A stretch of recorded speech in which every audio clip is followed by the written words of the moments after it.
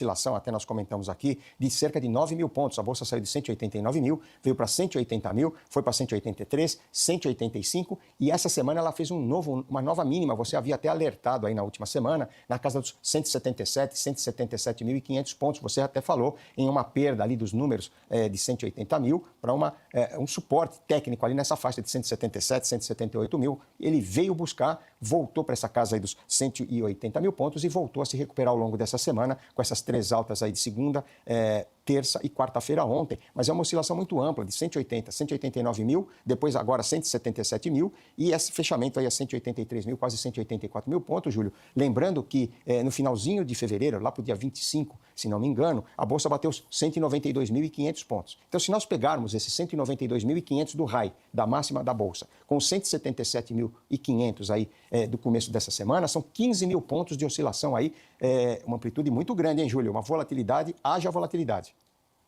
Eu estava agora há pouco aqui olhando o gráfico do Ibov, Francisco, e estava trazendo justamente essa comparação com o comentário da semana passada, né? Quando eu comentei que o Ibov ele está dentro de um canal de alta e é natural um zigue-zague dentro do canal. Conforme esse canal vai aumentando a amplitude dele, também vai aumentando essa possível oscilação, essa possível volatilidade, né? E o meu gráfico que está aparecendo aí agora na tela, eu até comentei, ó, que ele tinha ali um retângulo na parte superior do gráfico que nós chamamos de distribuição.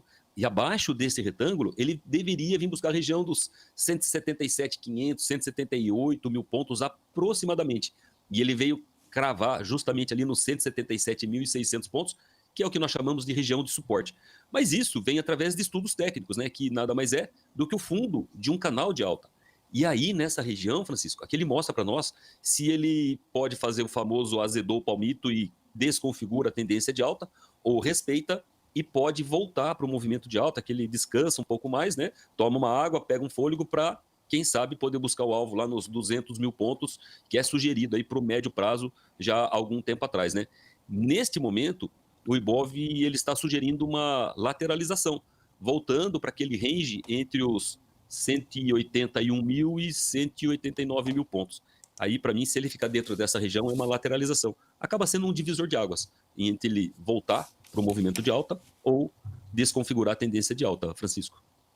Pois é, Júlio, e chama muito a atenção também, dentro desse quadro de volatilidade aí do nosso Ibovespa, também a movimentação dos mercados internacionais. Lá fora também nós temos tido muita oscilação, você pode até nos mostrar, eu sei que você acompanha o mini S&P, o S&P futuro, também tendo um impacto aí dessa ampla oscilação aí dos preços do petróleo, e isso vai trazendo, lógico, não só em termos de oscilação de preço, Júlio, mas também a preocupação com a alta do preço do barril do ponto de vista de inflação. Então, também lá temos tido muita oscilação em relação aí à movimentação, não só como aqui, você nos mostrou, mas lá também, Júlio.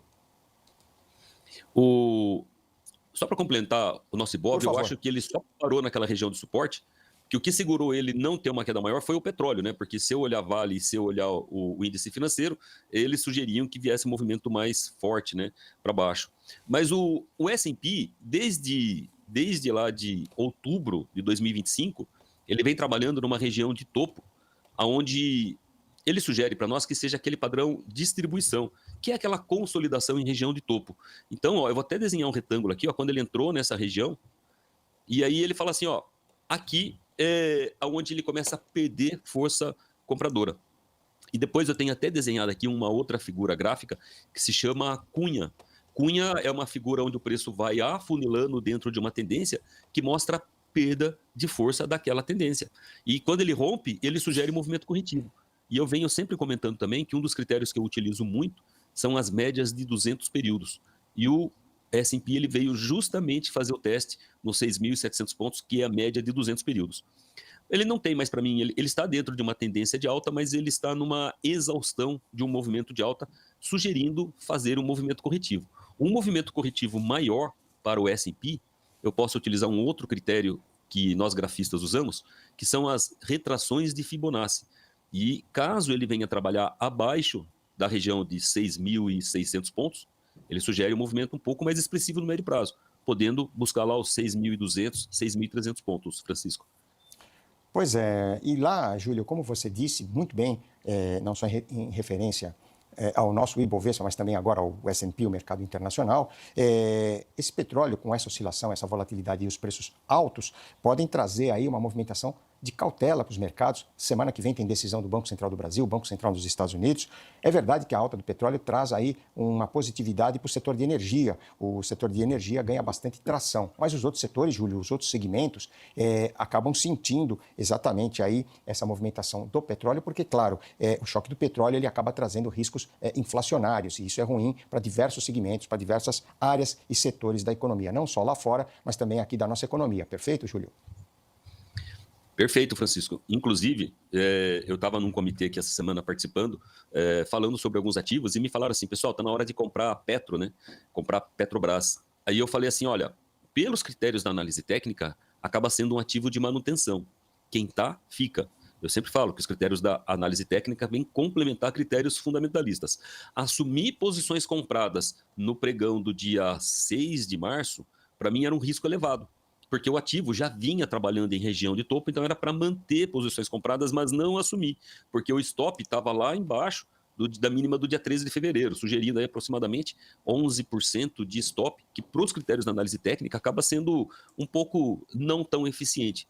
Mas o ativo renovou máximas, continuou no seu canal de alta e nesse momento não fala que é o final da alta ainda não, Francisco, sugere que seja um pouco mais acima ainda, mas eu não tenho essa amplitude até onde pode ir neste momento. Pois é, Júlio, eu sei que é muito, chega a ser até um certo ponto repetitivo, mas essa preocupação aí com a movimentação do petróleo vem trazendo uma oscilação ampla para os mercados. De novo, uma série de notícias vindas lá do Oriente Médio, com ataques aos portos lá no Irã e também suspensão da produção, operação dos terminais de petróleo iranianos. Nós podemos ter mais movimentações em relação aí aos preços do petróleo, como você falou. Veja só, nessa madrugada, durante a sessão asiática, durante a sessão europeia, o Brent, que é o petróleo cru do Mar do Norte, que é referência mundial para os preços do petróleo e para a nossa Petrobras também, chegou a $101,5, agora está $97,10, ele sobe 5,5%, 5,6%.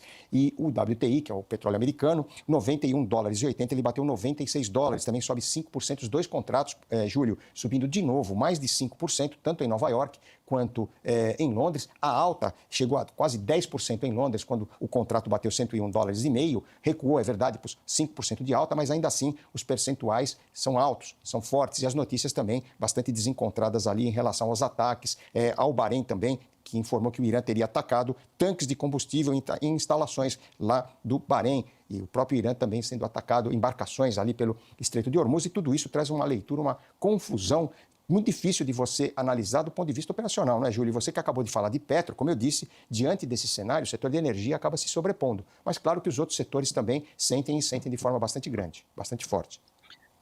A gente sabe que um setor acaba sendo puxado por outros, critérios macroeconômicos, política, sempre influenciam. Eu, como analista técnico, eu procuro sempre utilizar os critérios da análise técnica. E por vezes não, 99% das vezes eu não olho os critérios fundamentalistas para que eu não venha me sugestionar sobre algo que possa estar acontecendo. Para mim é assim, é estatística, é gráfico, o gráfico ele me dá o ponto de entrada, ele me dá a amplitude do movimento e aonde que ele pode fazer a reversão. Aí isso a gente leva para os critérios fundamentalistas e complementa a análise. Se eu ficar sugerido por alguma outra situação, pode ser que a minha análise gráfica possa estar me auto-sabotando, dizendo em português assim mais claro, né? Então, eu prefiro olhar única e estritamente os critérios da análise técnica. E, por vezes, aí vem aquela situação que o gráfico fala assim para nós, ó, o gráfico está dando sinais de que algo possa acontecer. Não que a gente esteja profetizando, a gente não sabe o que vai acontecer, essa certeza nós nunca temos, né? Mas ele fala, ó, o gráfico está numa exaustão e alguma coisa pode acontecer. Só que essa coisa que poderia acontecer já vem desde o início de dezembro, né? Que o Ibov vem todo no movimento de alta, mas em algum momento a gente espera alguma exaustão do preço. E é assim que a gente lida com os critérios técnicos para complementar as leituras, né, Francisco? Ô, Júlio, falando um pouquinho agora, saindo um pouquinho desse foco da Petrobras, do petróleo, dos preços, aí dessa oscilação forte e ampla, balanços. Hoje nós temos Magazine Luiza, Hypera, Energisa, Exetec, Vitia Fertilizantes, devendo disponibilizar seus números, resultados aí após o encerramento das negociações. Tem algumas dessas ações, algumas dessas empresas ou algum outro ativo que você gostaria de passar, alguma empresa? Tivemos recentemente problemas aí com a Raisin, também com a GPA, com solicitações de suspensão aí extrajudicial. enfim, como é que você vê aí, como é que você está olhando aí esse movimento, inclusive da Raízen, da GPA e também dessas empresas todas, onde tivemos CSN Mineração, várias empresas disponibilizando números aí, seus balanços. Vou dar uma passada rápida em alguns ativos aqui. Magazine Por Luiza. favor. Magazine Luiza, o ativo, para mim, ele não está no momento de compra. Para mim, o momento de compra foi quando ele estava ali na região dos 9,50, quando ele rompeu ali a linha de tendência de baixa, marcando fundo em cima de uma região de suporte. Então, ali, para mim, foi o ponto de compra, entre 9,45 e 9,50. Agora, com 8% de descolado, para mim, passou do ponto da compra. Acaba sendo um ativo de manutenção. Quem tá, fica. Mas entrar agora eu não acho interessante. Você comentou outro balanço de Ipera, né? Sim. Ipera, ele está numa região de fundo, ele está numa acumulação ali numa região de fundo. Se trabalhar acima de 22,40 aproximadamente, ele sugere poder buscar ali a região dos 23,45, 23,50. Não é uma amplitude tão alta, mas é a região que pode acontecer. Então, aqui fica o olho no peixe, olho no gato, somente se trabalhar acima dos 22,40. Pão de Açúcar. Pão de Açúcar, o ativo está em região de fundo, ele já vem numa tendência de baixa, olha lá, de novo, as médias de 200 períodos, né?